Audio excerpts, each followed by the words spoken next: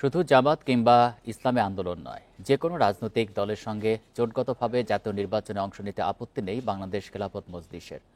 দলটির নেতারা জানান, ইতিমধ্যে 273 আসনে প্রার্থী ঘোষণা করেছেন তারা। পিআর পদ্ধতি নিয়েও দ্বিধা রয়েছে দলটির। তবে জুলাই সনদের আইনগত ভিত্তি পেতে 7টি ইসলামী দলের সঙ্গে কর্মসূচি পালন করছেন তারা। বান্ডেল থাকলে প্রতি সেনমানিতে টাকা বাঁচবে। বিকাশ সেনমানি বান্ডেল কিনে জিতুন প্রতি লেনদেনে। আগামী জাতীয় সংসদ নির্বাচন হতে পারে ফেব্রুয়ারির প্রথম দিকে। এমন ঘোষণার পর নির্বাচন নিয়ে নানা সমীকরণ চলছে রাজনীতির মাঠে। ভোটারদের জানার আগ্রহ কোন দল যাচ্ছে কোন জোটে। এমন পরিস্থিতিতে 273 আসনে প্রার্থিতা ঘোষণা করেছে বাংলাদেশ খেলাফত মজলিস। দলটির নেতারা জানান, এককভাবে তারা নির্বাচনে যাবেন নাকি জোটগতভাবে যাবেন তা নিয়ে সিদ্ধান্ত হয়নি।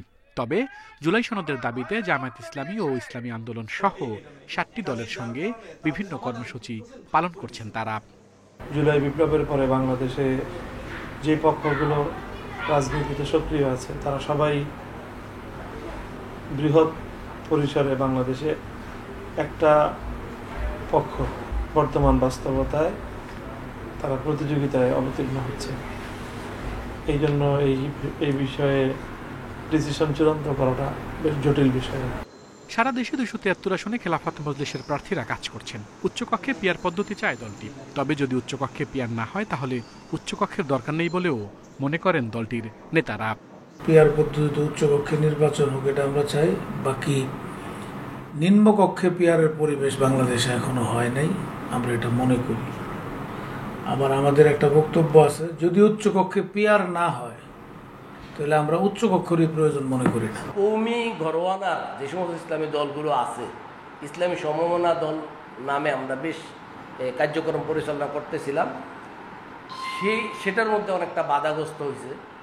এখন আমাদের এই পর্যায়ে দলীয়ভাবে স্বতন্ত্র প্রস্তুতি চলছে। 300 আসনে আমরা প্রার্থী দেব, এটাই আমাদের বর্তমান টার্গেট। এদিকে নির্বাচনে লেভেল প্লেইং ফিল্ড এখনও নিশ্চিত করতে পারেনি কমিশন, এমন অভিযোগ দলটির। তারা জানান, পেশি শক্তি অবৈধ টাকার ব্যবহারের বিষয়ে ব্যবস্থা না নিলে নির্বাচন সুষ্ঠু হবে কিনা তা নিয়ে রয়েছে সংশয়। আল আমিন হোসেন, ইন্ডিপেন্ডেন্ট নিউজ, ঢাকা।